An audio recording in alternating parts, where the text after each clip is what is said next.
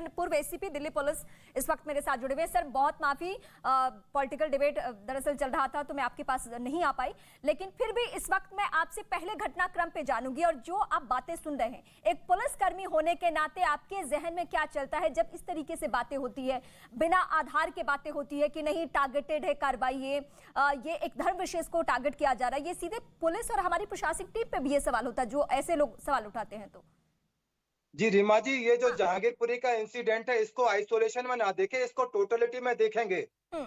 NRC के दंगे हुए, शाहीन बाग हुआ, किसान आंदोलन हुआ, हिजाब पे तहरीरें हुई, आपके चैनल मीडिया पर दुनिया भर के हुए, उसके बाद में लाउड स्पीकर के ऊपर बड़े सारे विवाद खड़े हुए। तो ये एक बहुत समय से चला आ रहा एक मामला है। एनआरसी हुआ, तमाम चीजें हुई। अभी जो बात चल रही थी ताहिर हुसैन की, जो जहांगीरपुरी एरिया है, मिक्स पॉपुलेशन का एरिया है, हिंदू मुस्लिम रहते हैं और यहाँ दंगों का एक इतिहास है। ये आज दंगा नहीं हुआ, 84 से लेके आज तक मैं बहुत लंबी लिस्ट आपको बताऊंगा, यहाँ पर दंगे हुए हैं। अब जब एनआरसी के दंगे यमुना पार में हुए थे तो ये एलिगेशन इन्वेस्टिगेशन में ये चीज सामने आई थी कि बहुत सारे बांग्लादेशी रोहिंग्या टेम्पोज के अंदर बढ़कर ताहिर हुसैन वहां ले गए थे, जिन्होंने दंगे को भड़काया, दंगे को अंजाम दिया। तो तमाम चीजें इनको टोटलिटी में देखा जाए और अभी तो इन्वेस्टिगेशन की शुरुआत है। ये आपने और बहुत बड़ी जानकारी दी है, ये हमारे दर्शकों को भी इस वक्त ध्यान आ गया होगा कि अब तक क्या कुछ हुआ है। लेकिन एक और पहलू मैं आपसे ये पूछना चाहती हूँ और समझना भी चाहती हूँ, और हमारे दर्शक जो इस वक्त जुड़े हुए हैं उनके जहन में भी सवाल है, उनके सारे सवाल मैंने देखे इस वक्त सोशल मीडिया के जरिए। जब आप लोग एक्शन लेते हैं, जब आप लोग ऐसे दंगों पे कार्रवाई करते हैं, एक आपके पास लिस्ट आती है, सीसीटीवी फुटेज का आधार वो हो सकता है, चश्मदीदों के आधार पे आप गिरफ्तारियां करते, उसमें एक एंगल आ जाता है और पुलिस पे इस तरीके का प्रेशर बनता है या सवाल उठाया जाता है कार्रवाई पे, आपने तो धर्म विशेष को टारगेट कर दिया, आपने तो फला ऐसे आदमी को पकड़ लिया जो कि फला जाति से है, फला धर्म से है, तब क्या चुनौती होती है आपके पास?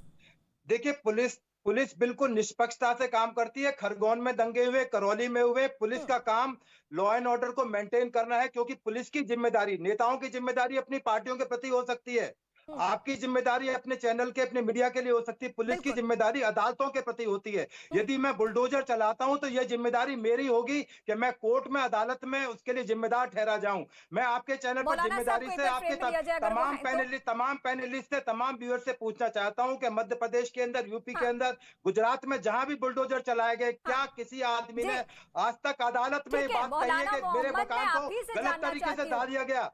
कहीं ऐसा एक भी इंसिडेंट कभी कोर्ट में कोई नहीं गया, क्योंकि वो अनऑथराइज बैठे हुए थे, इलीगल एनक्रोचमेंट थी उनकी और गलत ढंग से वो रह रहे थे। तो ये तमाम चीज पूरी जिम्मेदारी के साथ कह रहे हैं कि अगर उन्होंने कहीं भी गलत ढंग से बुलडोजर का इस्तेमाल किया तो परेशानी और चुनौती उनके सामने हो सकती है। एक भी इंसिडेंट बताया रीमा मुझे, एक भी इंसिडेंट कोई चैनल पर बता दे, आपके सोशल मीडिया पर बना दे कि वो इंसान गलत नहीं था। ये जो बिजली पानी रोहिंग्या फ्री में ले रहे हैं जहांगीरपुरी के अंदर, क्या जिम्मेदार नहीं है? ब्रेक के बाद मौलाना साहब से यही पूछूंगी कि क्या पुलिस की जो जिम्मेदारी है, क्या पुलिस वो उन जिम्मेदारियों को ध्यान में रखते हुए बिना एक्शन ले रही है? ये सवाल अगर पुलिस पे उठता है तो पूर्व एसीपी मेरे साथ हैं, उनसे हम सवाल जवाब करेंगे। बहुत छोटे से ब्रेक के लिए रुकते हैं।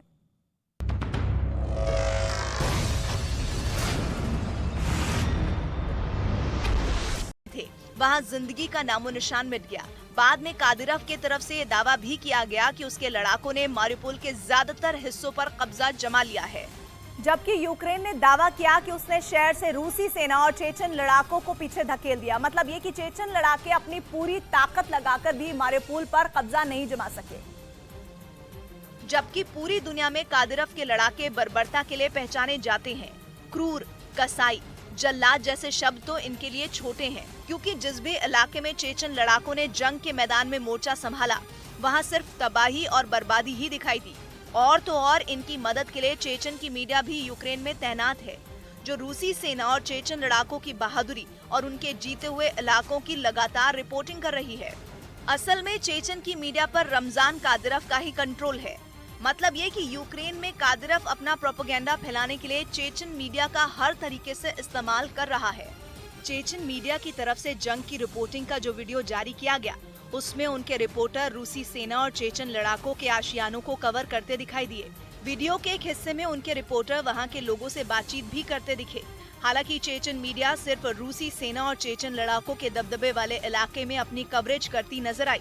यही नहीं, वीडियो के आखिरी हिस्से में चेचन मीडिया के रिपोर्टर कादिरफ के लड़ाकों के साथ तस्वीरें भी खिंचवाते दिखे।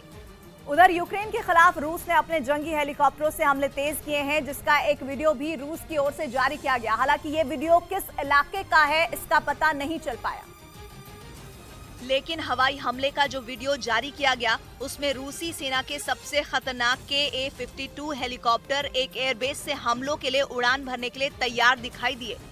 इस दौरान वहां Z साइन वाली एक बख्तरबंद गाड़ी भी खड़ी नजर आई। इसके बाद इन हेलीकॉप्टरों ने यूक्रेन के सैन्य ठिकानों को अलग अलग दिशाओं से घेरने के लिए 2-2 के ग्रुप बनाकर उड़ान भरनी शुरू कर दी। और जैसे ही ये हेलीकॉप्टर दुश्मन के ठिकानों के करीब पहुंचे, उनमें एक हेलीकॉप्टर टारगेट को लॉक करता दिखाई दिया, जबकि इस दौरान उस हेलीकॉप्टर की स्क्रीन पर दिख रहा एक और हेलीकॉप्टर दुश्मन के ठिकानों पर मिसाइलों की बरसात करता नजर आया। इसके बाद पहले वाले हेलीकॉप्टर के पायलट ने भी टारगेट लॉक होते ही मिसाइल दाग दी और जैसे ही हेलीकॉप्टर से दागी गई मिसाइल अपने टारगेट पर गिरी, वहां एक जोरदार धमाका हुआ और धूल का एक बड़ा गुबार आसमान की ओर उठता दिखा। रूस ने इन हवाई हमलों में यूक्रेन की सेना के कई अहम ठिकानों को तबाह करने का दावा किया। तय वक्त में अपने मिशन को अंजाम देने के बाद इन हेलीकॉप्टरों ने एयरबेस पर सुरक्षित लैंडिंग की।